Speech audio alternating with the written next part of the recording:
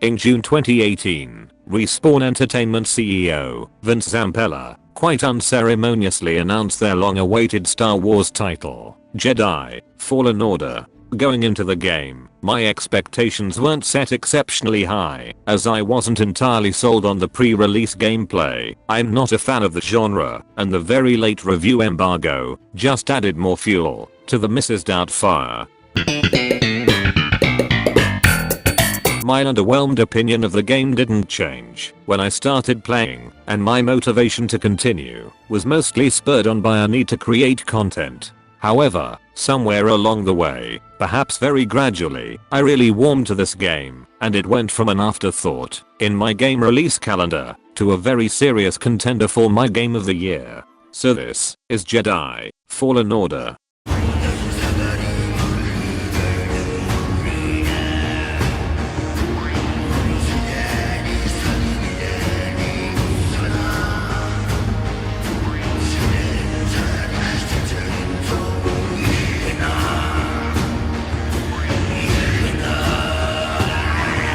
Before we start, I'd like to give a mild spoiler warning to viewers. It was a genuinely difficult task trying to sort through what to show and what not to show in this video, because there are so many fucking cool moments in this game, and my own experience was unfortunately ruined by a channel who decided to put the ending of the game in the title of a fucking YouTube video. I'll be showing late game abilities and lightsaber customizations, which I don't believe will detract from your experience, but I will steer clear of story points, significant special scenes, and story-related boss fights. The story itself sees the player assume the role of Cal Kestis, a former Jedi in hiding, after the Order 66 purge decimated the Order. Needless to say, our protagonist doesn't remain hidden for very long and ends up in the company of a lady who plays a chain-smoking side character in any other show, and Danny DeVito, the former Tucker Weil, to develop into a more interesting character, but eventually became a personal favorite. But Danny DeVito, on the other hand, was just so fucking perfect from start to finish, and became the uncle we all hoped to have. Get your lasers off my lunch! The entire game looks incredible, and it's easily the prettiest that Respawn have worked on to date. Every single planet made such good use of its own aesthetic, and staring off into the distance, without fail, always resulted in an absolute feast for the eyeballs. There's been so much work put into these environments, and it's likely that most players won't even notice some of the meticulous work that's gone into the worlds. Details like an old Republic gunship being commissioned for scrap, or an old abandoned AT-AT seamlessly woven into the environment, just demonstrates such a clever use of the Star Wars lore, and shows fans of the franchise a lot of the mundane world building that a feature-length movie simply can't provide. And I mean mundane, in the best possible way. My family came here on vacation once. Before the Empire? Yeah. Weird to be back like this. It's just a job, kid. Don't overthink it. The sound of Jedi Fallen Order is pretty much exactly what you expect. The screech of a TIE fighter, ignition of a lightsaber, and the muffle of a stormtrooper helmet are so fucking crisp. The soundtrack also receives a big tick of approval, but fans at this stage already know exactly the kind of music they're expecting. It's Star Wars music.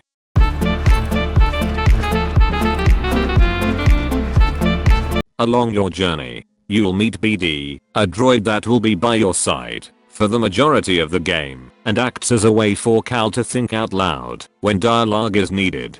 BD also provides a way to overload, slice, and hack into terminals, which will become slightly more upgraded as the game progresses. BD himself is fucking adorable, and is part of something I like to call the Disney effect, which also extended to a lot of the wildlife that the game refused to let me slaughter. And not just the men, but the women and children too. Jedi Fallen Order is hard to properly categorize, as it takes inspiration from many different series in the video game world. The big memorable set pieces are very reminiscent of Uncharted, the combat and worlds seem to resemble Dark Souls, and the progression incorporates Metroidvania element. A large portion of the game will be spent moving from place to place, but very luckily, as we've evidently seen, Respawn Entertainment really know how to create a good movement system. Whether it be climbing, sliding, and of course wall running, you can expect Fallen Order to be as good as any other game in the same category. With this being said, a lot of the very basic movement options aren't unlocked until quite late into the game, meaning players will mostly need to go without luxuries, like a double jump, for a significant portion of their playthrough. Grabbing ropes also seem to be a difficulty, although eventually the player is given the ability to force pull the ropes anyway. Ultimately, the entire movement system feels great, even if Cal often looks like he's Woody from Toy Story. We now come to perhaps my least favorite part of Fallen Order. I'm personally not a huge fan of puzzles in games, and while I'll admit, like everything else in this game, I certainly warmed to them by the end, at no point would I rather be left in a puzzle room for 10 minutes, as opposed to just cleaving through more waves of stormtroopers. It's really a very weak criticism, as the only real problem with the puzzles is some of them felt clunky, but personally, it was like getting engrossed in a piece of media before everything coming to a resounding halt to force you to do something slightly less interesting. We now come to the combat, which I initially didn't enjoy. I've made it quite clear in previous videos that I'm not a person to enjoy a Dark Souls style of combat system, and this mostly comes down to its unforgiving nature, and that a player looks really fucking stupid, rolling around 30 times a minute. Admittedly, much like so much of this game, I probably wouldn't have been hooked by the combat if it didn't have a truly stylish Star Wars coat of paint, but this Dark Souls light approach to combat gave me at least a glimpse into what more self-loathing players enjoy about Souls-like games. The early game fights didn't feel nearly as fun as what was on offer in the last few missions, and I'm not sure if that's down to becoming better at the game, or if late game abilities just make the combat a lot more fun. It's hard to really properly judge the combat, as at some points you feel absolutely unstoppable while slicing through stormtroopers and abusing them with force abilities, while at other times you feel as if you just died without any way to really fight back. Exhibit A.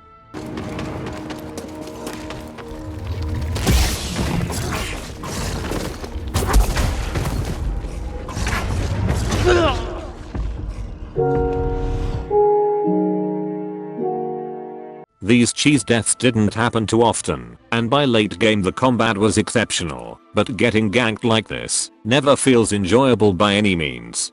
To be completely fair, the player is also able to cheese a lot of fights, and it was often surprising how much the game allowed these moments to work. Something I'll definitely praise is the enemy variety, which seemed to strike a perfect balance between having new things to fight and letting the player fight them enough to be good at winning. Most enemies were genuinely fun to contest, but the Imperial troops seemed way more satisfying to kill. This might just be a personal preference, but defeating a human enemy feels more fun than a creature or droid. I'm not sure if this is a primal instinct that goes back thousands of years, or if developers are just better at making human enemies, but this seems to be the case, at least for myself, in almost every game I can think of. I do, however, think that the times where the combat felt the weakest was when there was a mixture of both close and long-ranged units, especially when rocket troopers were involved in the fight. I'm not sure if the developers wanted the player to awkwardly juggle both types of units, or if it was more an expectation to take out the ranged units first, but there didn't seem to be much of a mechanic to properly balance the two fighting styles. As strange as it might sound, a system similar to Assassin's Creed 3, where you could use close-range soldiers as human shields, might have been a welcome addition to the combat. The later stages of the game seemed to iron out a lot of these issues, and enemies appeared to be paced much better. The boss fights were mostly very well executed, and for spoilers' sake, I won't be showing off any of the major ones in this video, but I have fond memories of every single encounter, excepting perhaps one, but we'll talk about that later.